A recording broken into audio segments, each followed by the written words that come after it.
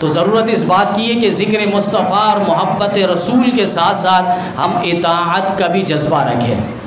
حضرت مولانا مفتی رشید صاحب لدھیانوی رحمۃ اللہ علیہ، ان کی کتاب ہے، جو پاس ہی ہمارے مفتی صاحب تھے، ان کی کتاب ہے نفس کے بندے۔ اس کتاب کے اندر ایک واقعہ لکھا ہے کہ دہلی کے اندر ایک بہت بڑے شاعر تھے، اردو میں بھی، ہندی میں بھی اور فارسی میں بھی وہ بڑے شاعر نعتیہ کلام پڑھتے تھے، اپنے زمانے کے بہت بڑے مداحین میں سے تھے۔ تو انہوں نے ایک فارسی میں نبی علیہ السلام کی شان پہ نعتیہ کلام پڑھے۔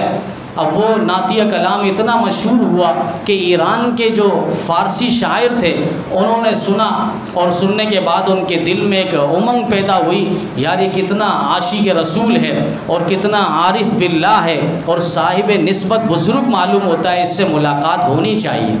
پھر وہ ایران سے اس نے سفر شروع کیا، اور سفر کرتے کرتے اس نے ہندوستان میں دہلی میں پہنچا، نام معلوم کیا کہ مرزا قتیل جو شخص ہے اس سے مجھے ملواؤ، وہ شاعر جو ہے۔ لوگوں نے ملوایا تو اتفاقاً وہ نائی کی دکان پہ گئے ہوئے تھے، اور نائی کی دکان پہ جا کر وہ داڑھی کے بال منڈوا رہے تھے۔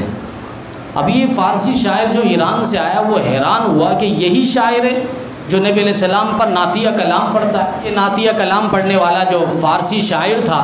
اس نے ایران سے آ کر دیکھا مرزا قتیل کو کہ وہ داڑھی منڈوا رہا ہے، تو اس نے آگے سے ایک فارسی انداز میں کہا، آغا ریش می تراشی، اے شخص تو داڑھی منڈوا رہا ہے۔ اس نے پلٹ کے دیکھا اور کہا کہ می تراشی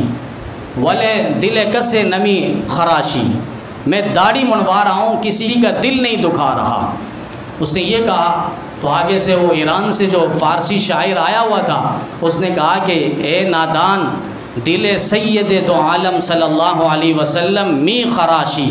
تم نبی علیہ السلام دو جہاں کے پیغمبر کا نعتیہ کلام پڑھتے ہو لیکن اس پیغمبر کا دل تم دکھا رہے ہو۔ تو یہ نبی علیہ السلام سے محبت ہو تو محبت بھی اطاعت کے انداز میں